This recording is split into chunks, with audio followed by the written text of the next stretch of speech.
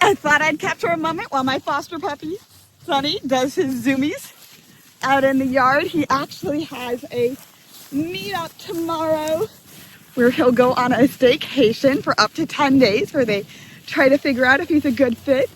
But he has been a sweet little foster to have over the past 3 weeks here. Sunny, just like his personality. Go, Sunny! Yes, buddy! Get it! Ah, what a beautiful dog. Hi, and welcome to Dog Fostering 101. I'm Jackie Adams, foster mom and learning and development professional. This podcast is for anyone who's new to fostering, thinking about saying yes for the first time, or navigating those early days and looking for practical tips, because fostering changes lives at both ends of the leash. So I've been spending a lot of time in schools recently talking with students about foster dogs, how to interact with them, how to stay safe during those interactions, and how to understand their behavior. And there's one pattern I keep seeing over and over again. People, especially kids, but honestly adults too, project human expectations onto dogs. We assume they want what we want. We assume they feel what we feel. And a lot of times, that's where things can go wrong. When I ask students how they would interact with a shelter dog, I hear things like, I'd hug them, I'd pet it a lot. If it's scared, I try to help it come out and meet people. And these are good kids and they're just trying to do the right thing, but they're getting it wrong. They're trying to be kind, but what they're doing is treating the dog like a human. And this shows up a lot in fostering too. We assume things like, if a dog won't leave our side, they're really just a loving dog. If they're constantly seeking touch, then they just want more affection. If they're always watching us, they're engaged and connected. And sometimes that's true. And sometimes those same behaviors are actually signaling uncertainty or stress or a higher level of anxiety and the need for a little bit more decompression. And when we misread those signals, we respond in ways that actually make things harder for the dog. Research and behaviorists have shown that a lot of behaviors we interpret as connection can actually be signs of stress or uncertainty. I had a moment like this with Hercules, my first foster dog, once. I was out at a brewery with friends and he started getting a little restless.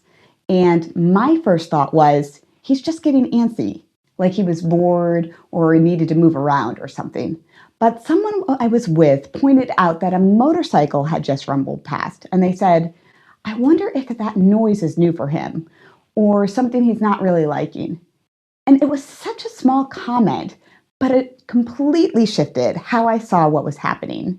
It wasn't just random restlessness that was in Hercules. There was possibly a reason, and that's something we see a lot.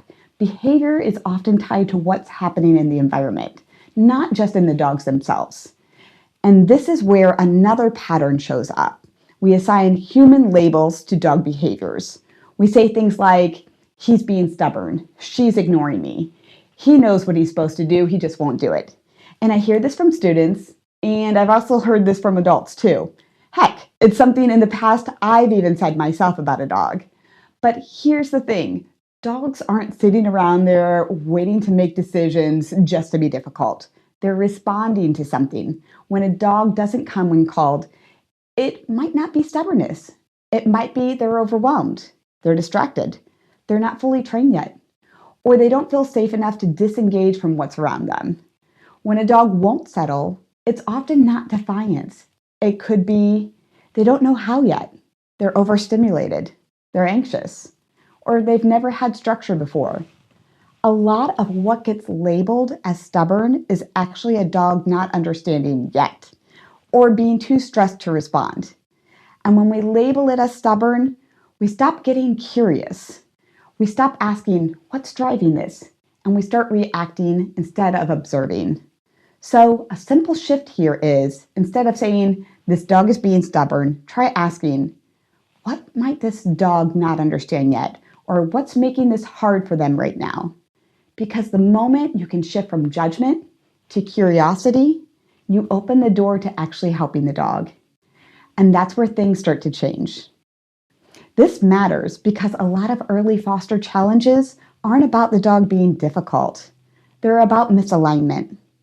We're responding to what we think the dog needs instead of what they're actually communicating.